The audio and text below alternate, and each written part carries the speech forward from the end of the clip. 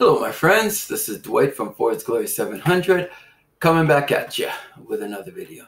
And in this video, I'm going to be discussing one of my favorite topics, which is related to the actual shape of our world.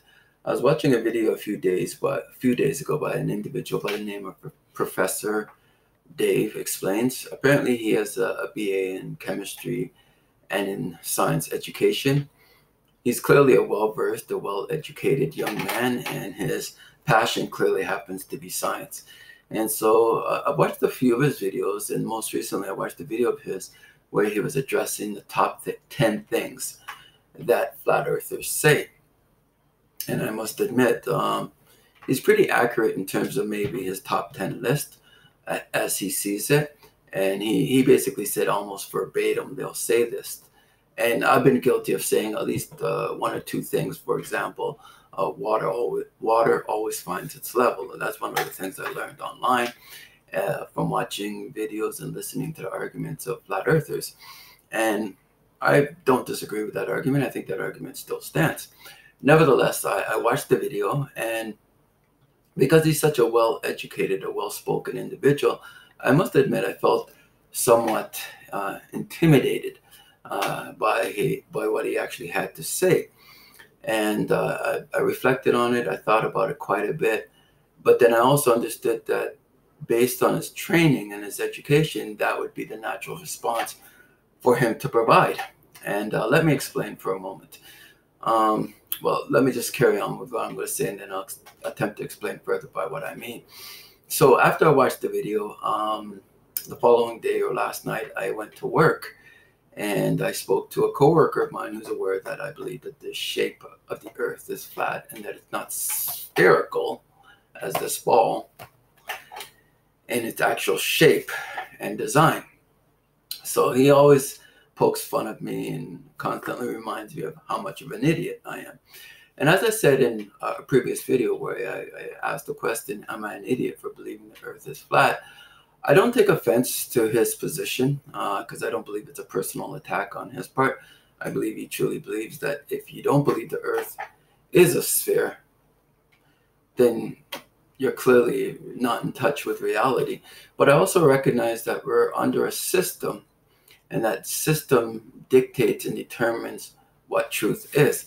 And so I had explained to him that I watched the video that he'd be happy about regarding a person in the science profession who was, as far as he was concerned, attempting to debunk the arguments of people that believe the earth or the shape of the earth is flat or is a plane.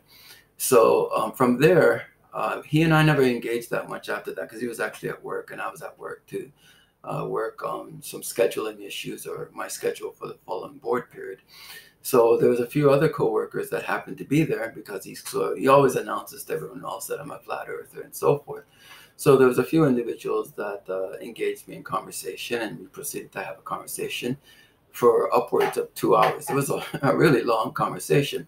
But one of the individuals who happened to be coming in, he was actually leaving work. He had finished for the day.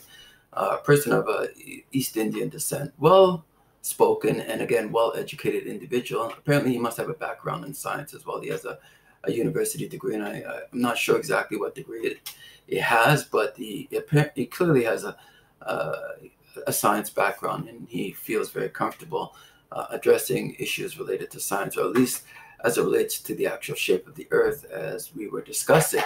So he proceeded to ask me questions in regards to the shape of the earth. Some of them I attempted to answer as best I could. Others I had to admit I couldn't answer. For example, he was asking me how would an eclipse work on a flat earth. And to be totally honest with you, I have not fully studied that, so I didn't feel as comfortable attempting to respond to it. So I acknowledged that to him. But I also said to him that there are people within the community that believe that the shape of the earth is a plane that have provided answers. And not just recently, but there's, it goes back centuries where people have provided answers to that question. So it's not something new, because prior to 500 years ago, the most inhabitants of the earth, if not all, believed that the shape of the earth was a plane and not a sphere. They were geocentric in terms of their belief of the nature of the earth, and not heliocentric like we are today. So we proceeded to engage in conversation, and he was asking me about how the sun works on a flat earth, and he was asking me questions related to that. So I attempted to respond to them as best I could. Again, explaining to him that I wasn't as fully versed as I would like to be, because I'm still learning and I'm still understanding how certain things would apply in a geocentric model as it relates to the sun and the moon and the stars hovering over our plane. So he proceeded to, as far as I'm concerned, or he's concerned, to school me on the heliocentric model and what he had learned in grade school and high school and in post-secondary studies. And his responses were great, and they were atypical of what you would expect under the system, this world system that we're under. So he was, as far as I'm concerned, parroting what he was trained to believe in terms of the heliocentric model, the cosmology of the world, the Big Bang, the distance of the sun from the earth, the rotation of the sun, space exploration, and so on. So he proceeded to say all the things that he was trained, or what he believes to be true. Excuse me for a moment. So I responded to him by saying, well, what you have to remember is that all your training is based on the system that we're under. And this is what I wanted to get to as well. For any of you that have seen the movie The Matrix is about people that are living in a world that's not real. It's a simulation. And but as far as they're concerned, that simulation or that world is as real as it gets to them. And so I was explaining to him that, look, in many ways, that one can imagine, we live in the Matrix. The world is set up in such a way that we are trained to believe and to think in accordance to that system. Now I'm going to just read something real quickly, just because I can't memorize it. And so I'm just going to read it real quickly. So there's a scene in the movie in The Matrix where Morpheus, which is one of the main characters from the Matrix franchise. I enjoyed the first one. The second or third one, didn't care about it. But in the very first one, where we're introduced to the characters and the plot line of the story, once Neo, which is the one, comes out of the Matrix, Morpheus, who's the leader of the resistance, takes him into a train simulation. And in that simulation, they're walking down a crowded downtown street. And Morpheus begins to explain to Neo the system. And this is the part I'm going to read. I'm just going to read it real quickly, just because I don't want to buff it up. So I'll just go with that. So again, they're in a training simulation, and Morpheus explains to Neo the importance of what he's experiencing. So he explains to him that the Matrix is a system, and that system is our enemy, and people who are not red-pilled are still a part of that system. And as such, most of these people are not ready to be unplugged, and many of them are so inured, so hopelessly dependent on the system, that they will fight to protect it.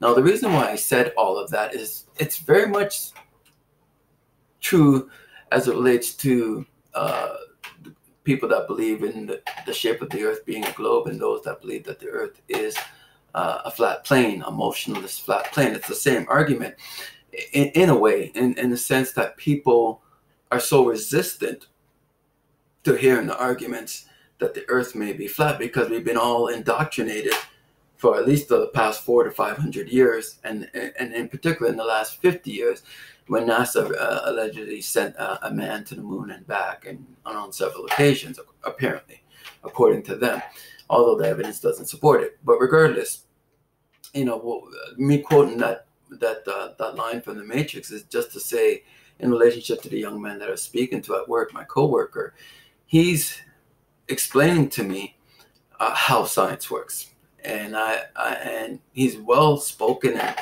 his understanding under the system that we're under the current world system, which I would equate also as being the Matrix, is he's doing exactly what he's been trained to do. and his understanding is related to what would be expected of him under that system, because an explanation is going to be provided, and an explanation is going to be provided that would, under the system, apparently make sense, because that's how our training's been based, or his training.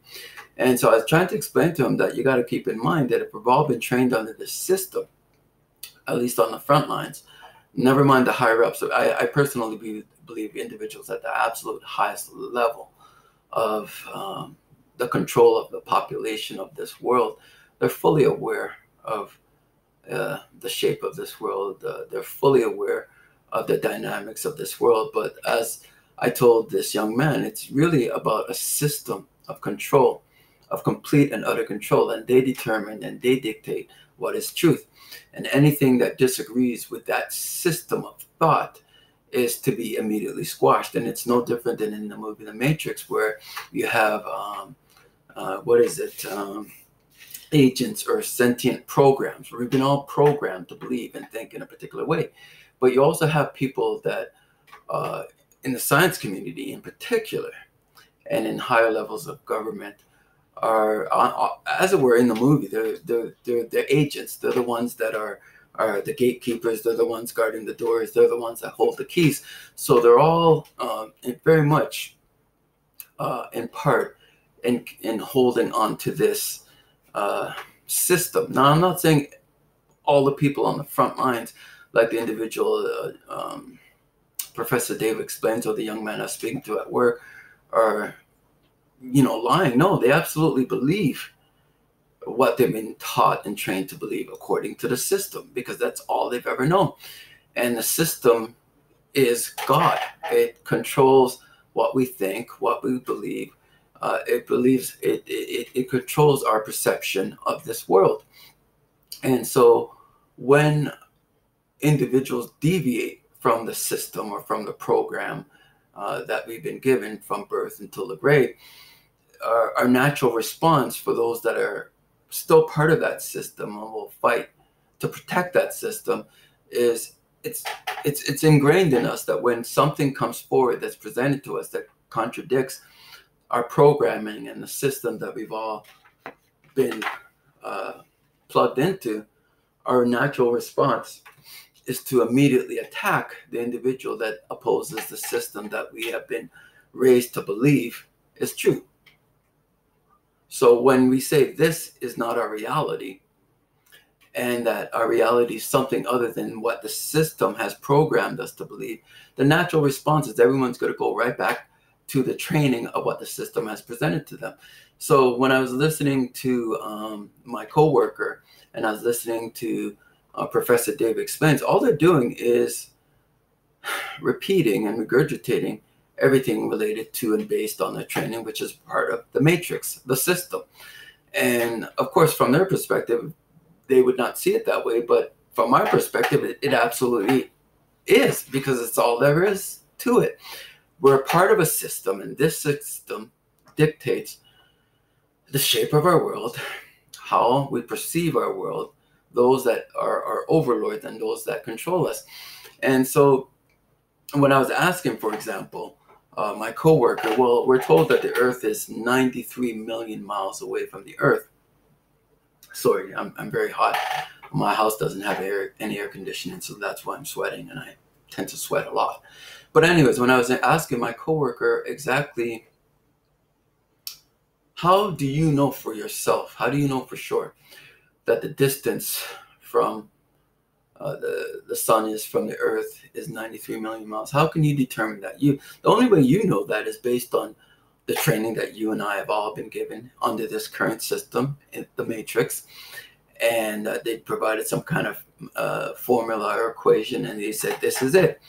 And this is the absolute truth, and that there's no refuting it.